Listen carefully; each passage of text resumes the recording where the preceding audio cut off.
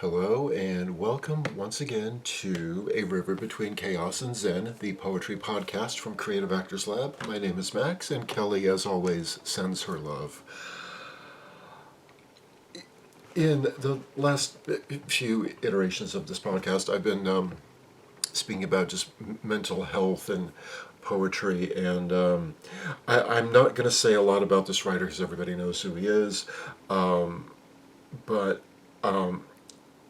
I'll just say this briefly, is that when I first got into school, when I first got into theater, I got introduced to a couple of writers very strongly that neither one of them I could get into at all, and they were Tennessee Williams and Oscar Wilde. And I think it's just, I don't know what it was, I think maybe that just kind of something about it just landed too close to home for me, but just about Oscar Wilde and the family that I grew up with, and Tennessee Williams just because I grew up in the South and I had a very Southern Gothic childhood. But basically, I wanted to read this poem by Oscar Wilde in reference to mental health, and it's been put, not that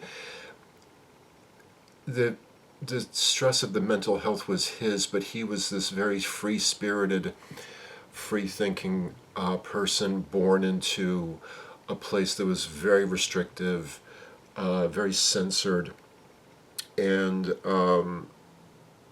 it was more like he was a very brilliant person born into a very mentally ill society.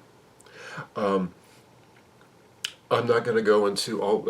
I'm not going to go into all the history of Oscar Wilde because it's huge, and I'm not a scholar of any of this. And if you go onto Wikipedia, there's huge, voluminous things of Oscar Wilde and all the stuff that he wrote and the people that he inspired, and it's incredible. But basically, at the end of his life, he spent 2 years in jail.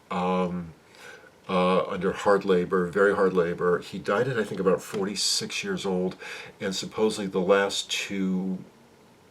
2 years of prison, supposedly that's what killed him. He was arrested in jail and put to hard labor for 2 years for the crime of homosexuality. And scared a lot of his contemporaries who were of the same persuasion, and it just, I won't go off onto all of this because it really does it really does strike some chords in me that I think that's what made it so difficult for me to get close to Oscar Wilde and Tennessee Williams in my early days of school. But this is called The Ballad of Reading Gaol. Jail is spelled Gaol. And the Ballad of Reading Gaol, just briefly, it's a long one, kids, so get yourself a nice hot beverage and get comfortable, because I want to read the whole thing. And this poem, basically, it details the execution of a fellow inmate, Charles Thomas Wooldridge, for murdering his wife. And it was just about his crime and leading up to in being jailed and put in accused and sentenced of the crime, and then accepting of his fate, which would be death by hanging. But this is Oscar Wilde. It's called The Ballad of Reading Gaol.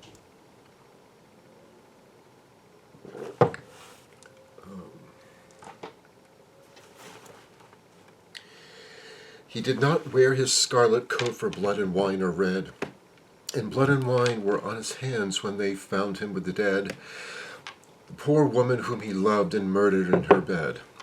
He walked amongst the trial men in a suit of shady gray. A cricket cap was on his head, and his step seemed light and gay. But I never saw a man who looked so wistfully at that day. I never saw a man who looked with such a wistful eye upon a little tent of blue which prisoners called the sky, and at every drifting cloud that went the sails of silver by. I walked with other souls in pain within another's ring, and I was wondering if the man had done a great or little thing, when a voice behind me whispered low, "That fellow's got to swing." Dear Christ, the very prison walls sudden seemed to reel, and the sky above my head became like a cask of scorching steel, and I thought I was a soul in pain. My pain I could not feel. I only knew what hunted thought quickened his step, and why he looked upon the garish day with such a wistful eye. The man had killed the thing he loved, and so he had to die. Yet each man kills the thing he loves. By each let this be heard, so do it with a bitter look, some with a flattering word. The coward does it with a kiss, the brave man with a sword. Some kill their love when they are young, and some when they are old. Some strangle with hands of lust, some with hands of gold. The kindest use a knife because the dead so soon grow cold. Some love too little, some too long, some sell and others buy, some do the deed with many tears, and some without a sigh. For each man kills the thing he loves, yet each man does not die. He does not die a death of shame on the day of dark disgrace, nor have a noose about his neck, nor a cloth upon his face, nor drop feet foremost through the door into an empty space. He does not sit with silent men who watch him night and day, who watches him when he tries to weep and when he tries to pray, who watch him lest himself should rob the prison of its prey. He does not wake at dawn to see dread figures throng his room, the shivering chaplain robed in white, the sheriff stern with gloom, and the governor all in shiny black with a yellow face of doom. He does not rise in piteous haste to put on convict clothes, with some coarse-mouthed doctor gloats and notes each new and nerve-twitched pose, fingering a watch whose little ticks are like horrible hammer blows. He does not know that sickening thirst that sands one's throat before the hangman with his gardener's gloves slips through the padded door and binds him with 3 leather thongs, that the throat may thirst no more.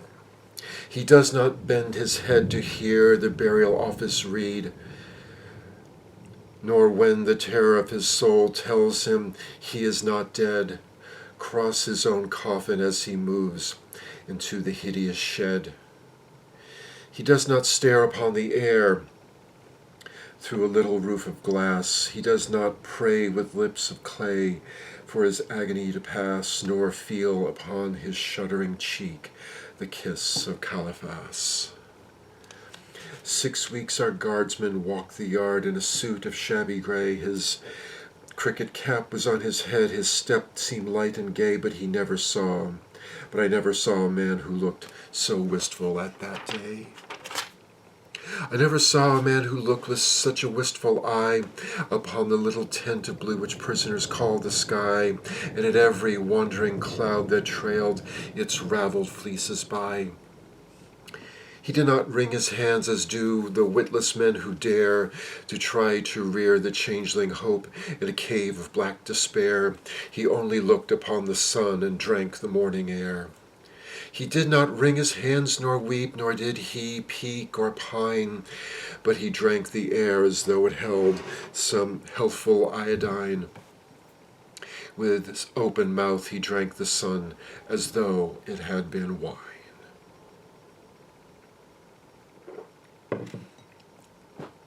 And I and all the souls in pain who trampled the other ring forgot if we ourselves had done a great or little thing, and watched with gaze of dull amaze the man who had to swing.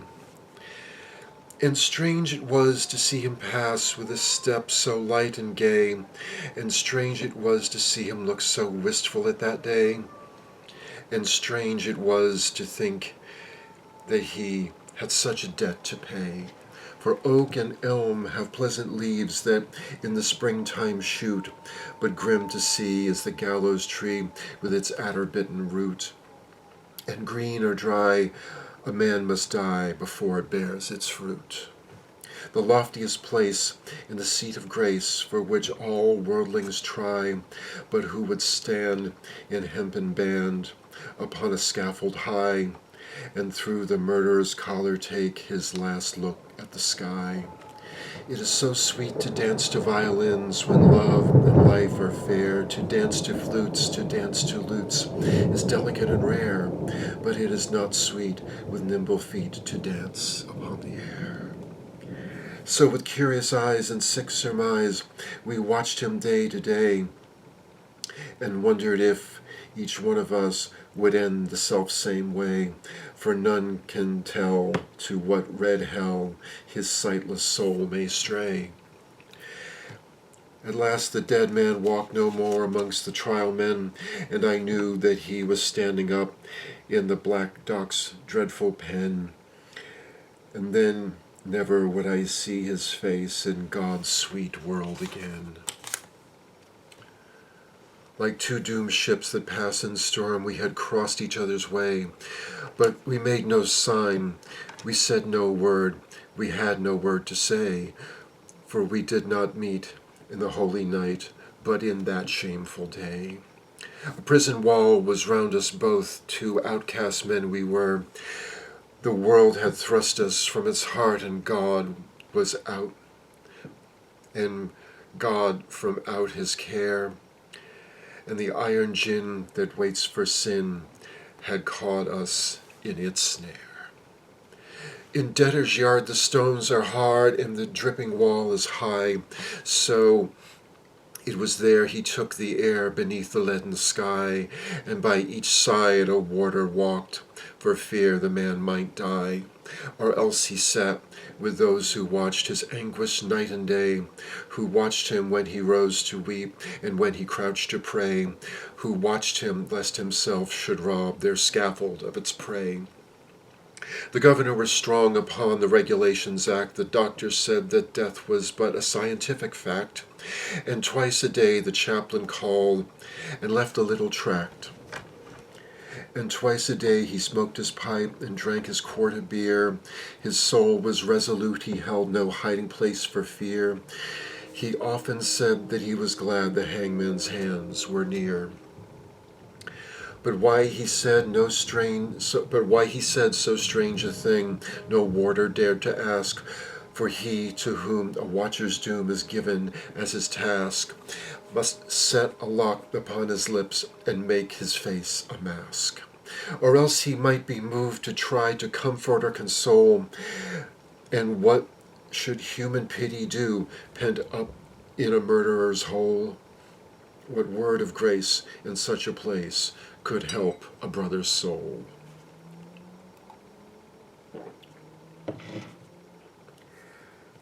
With slouch and swing, around the ring we trod the fool's paradise.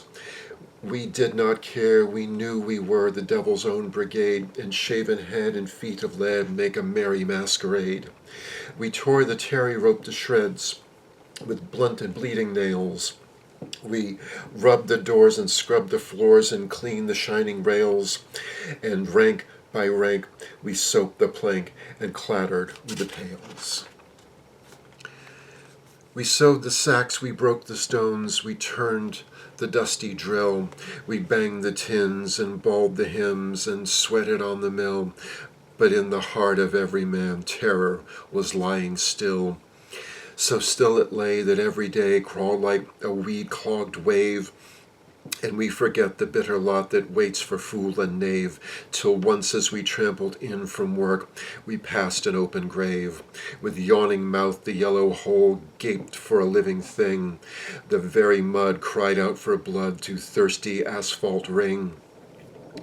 And we knew that ere one dawn grew fair, some prisoner had to swing. Right in we went, with sole intent, on death and dread and doom. The hangman with his little bag went shuffling through the gloom, and each man trembled as he crept into his numbered tomb. That night, the empty corridors were full of forms of fear, and up and down the iron town stole feet we could not hear. And through the bars that hid the stars, white faces seemed to peer. He lay as one who lies in dreams in a pleasant meadowland. The watchers watched as he slept and could not understand how one could sleep so sweet a sleep with a hangman close at hand. But there is no sleep when men must weep, who never yet have wept. So we, the fool, the fraud, the knave, the endless vigil kept. And through each brain on hands of pain another's terror crept.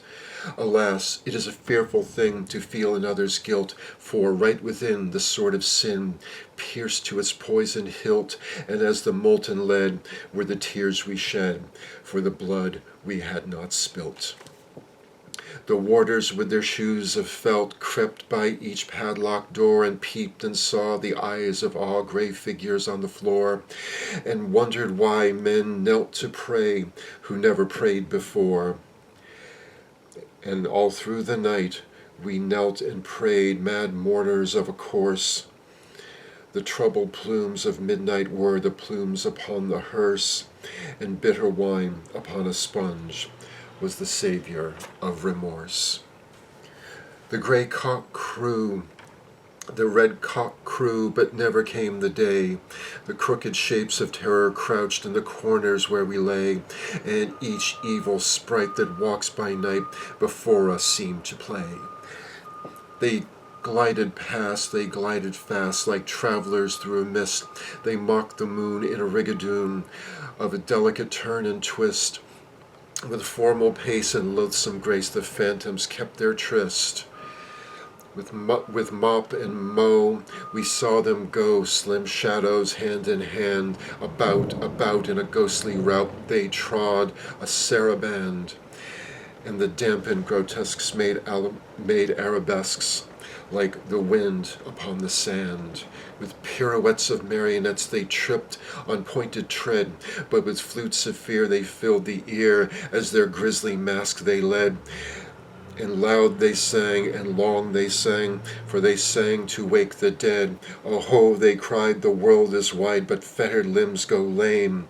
And once or twice to throw the dice is a gentlemanly game, but it does not win who plays with sin in the secret house of shame.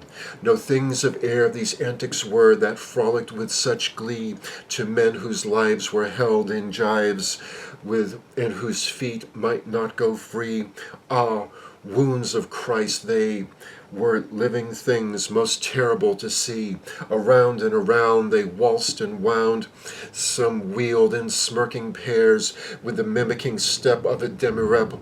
Some sidled up the stairs, and with a subtle sneer and a fawning leer, each helped us at our prayers. The morning wind began to moan, but still the night went on through its giant loom. The web of gloom crept till each thread was spun, and as we prayed, we grew afraid of the justice of the sun.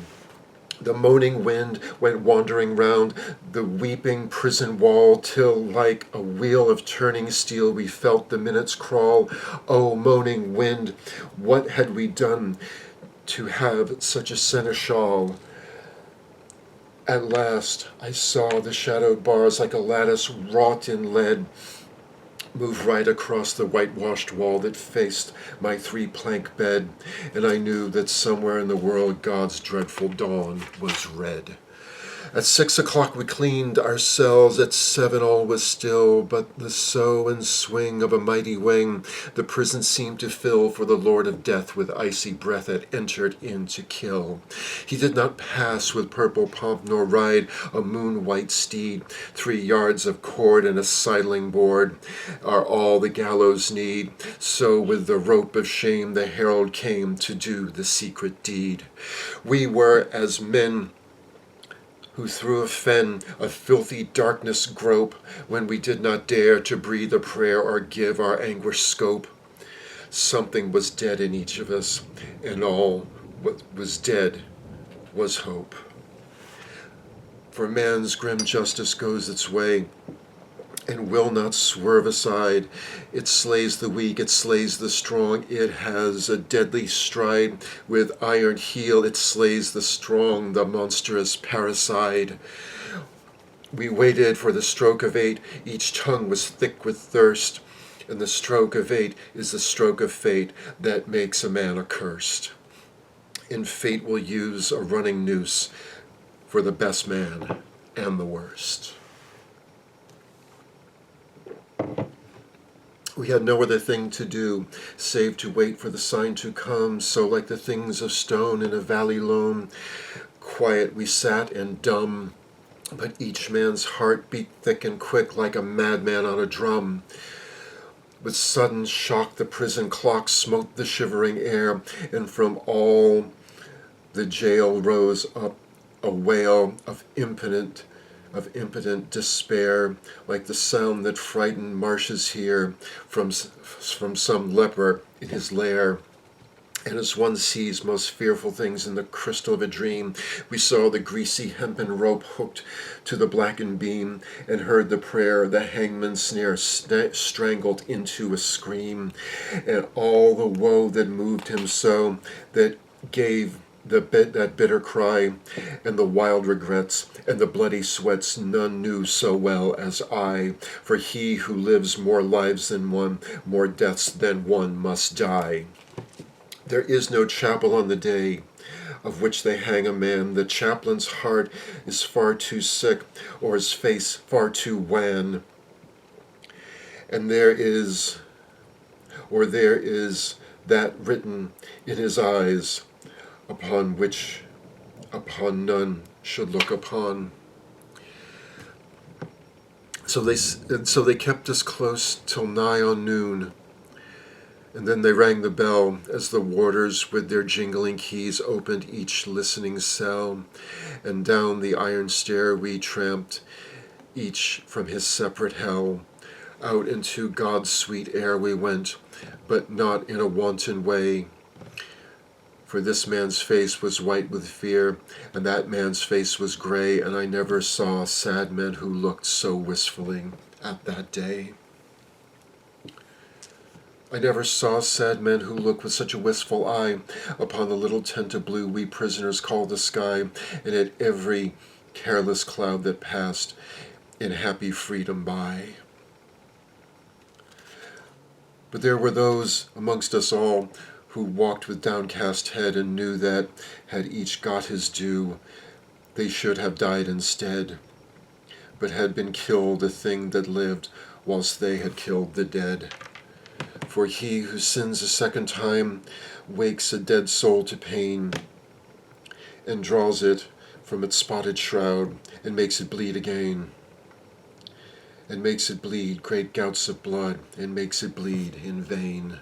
Like ape or clown in monstrous garb, with crooked arrows starred, silently we went round and round the slippery asphalt yard. Silently we went round, and no man spoke a word. Silently we went round, and through each hollow mind the memory of dreadful things rushed like a dreadful wind, and the horror stalked before each man, and the terror crept behind. The warders strutted up and down, and kept their herd of brutes. Their uniforms were spick and span, and they wore their Sunday suits. But we knew the work they had been at, and by the quicklime on their boots. For where a grave had opened wide, there was no grave at all, only a stretch of mud and sand by the hideous prison wall, and a little heap of burning lime, that the man should have his pall. For he has a pall, this wretched man, such few men can claim. Deep down below a prison yard, naked for greater shame, he lies with fetters on each foot, wrapped in a sheet of flame. And while all the burning lime eats flesh and bone away, it eats the brittle bone by night and soft flesh by day. It eats the flesh and bone by turns, but it eats the heart alway. For 3 long years they will not sow, or root a seedling there. For 3 long years the unblessed spot will sterile be and bare, and look upon the wondering sky with unreproachful stare. They think a murderer's heart would taint each simple seed they grow, but it is not true. God's kindly earth is kindlier than men know, and the red rose would but blow more red, the white rose whiter blow. Out of his mouth a red, red rose, out of his heart a white. For who can say by what strange way Christ brings his will to light? Since the barren staff the pilgrims bore bloomed in the great Pope's sight. But neither milk-white rose nor red may bloom in prison air. The shard, the pebble, and the flint are what they give us there. For flowers have been known to heal a common man's despair. So never will wine red rose or white petal by petal fall on that stretch of mud and sand that lies by the hideous prison wall, to tell the men who tramp the yard that God's Son died for all. Yet through the hideous prison wall still hems him round and round, and a spirit may not walk by night that is with fetters bound, and a spirit may not weep that lies in such unholy ground.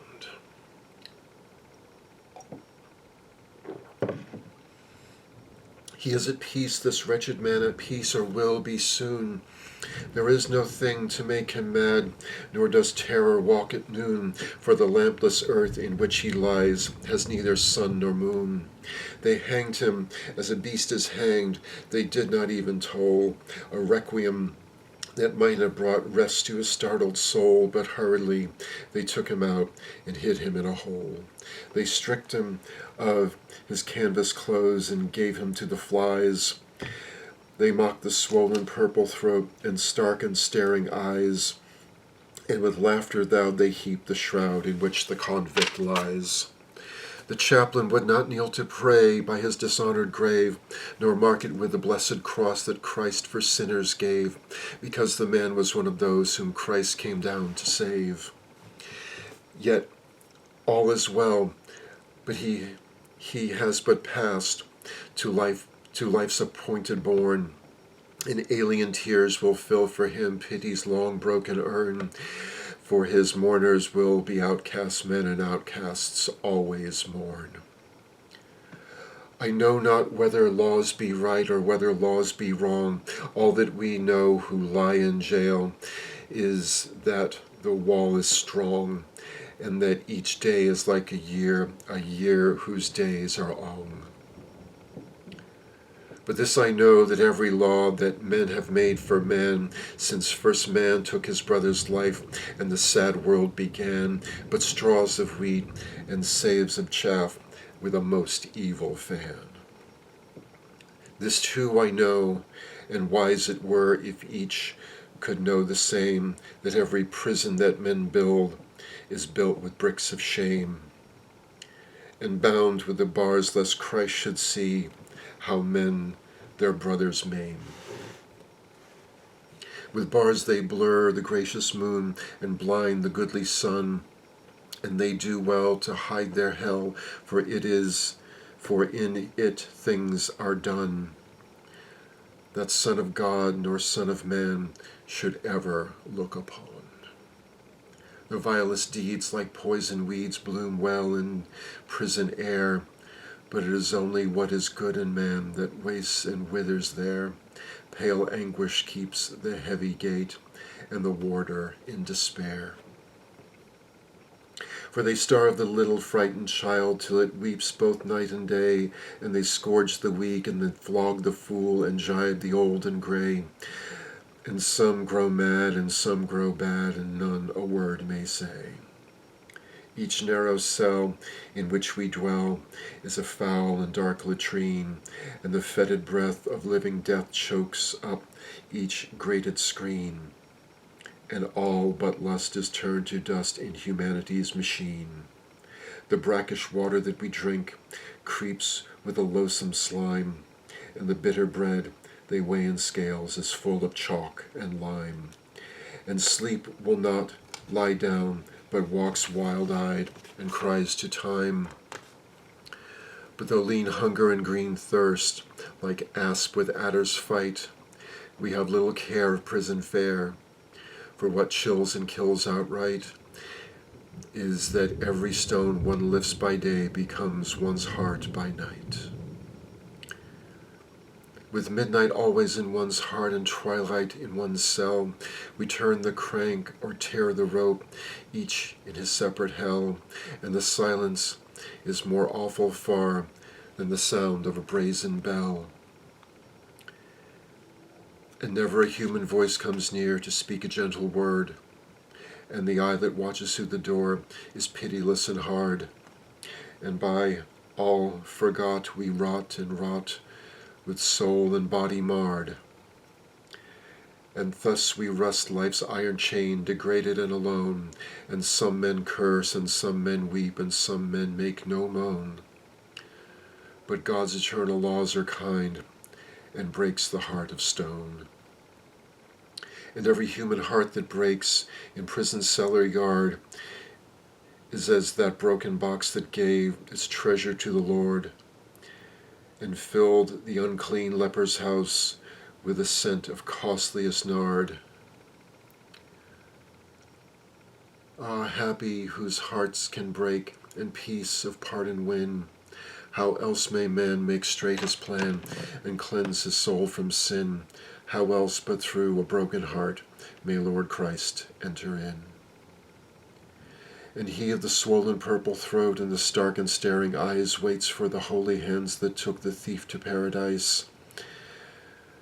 And the broken and contrite heart the Lord will not despise.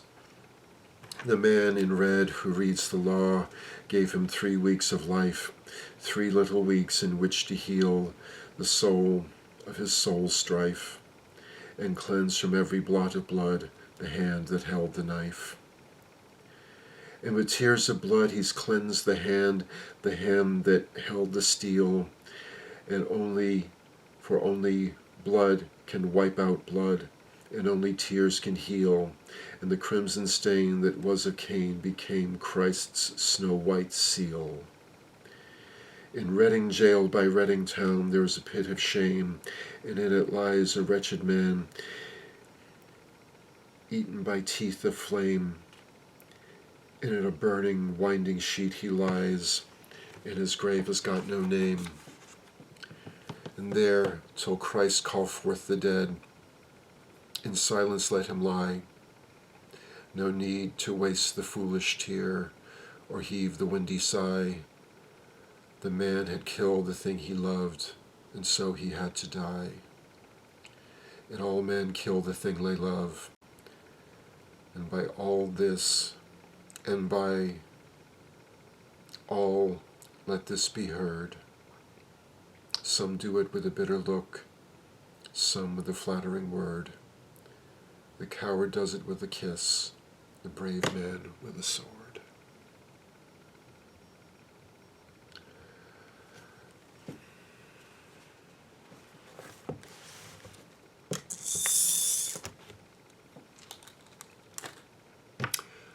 Thank you so much for listening. Thank you for being part of my self-education.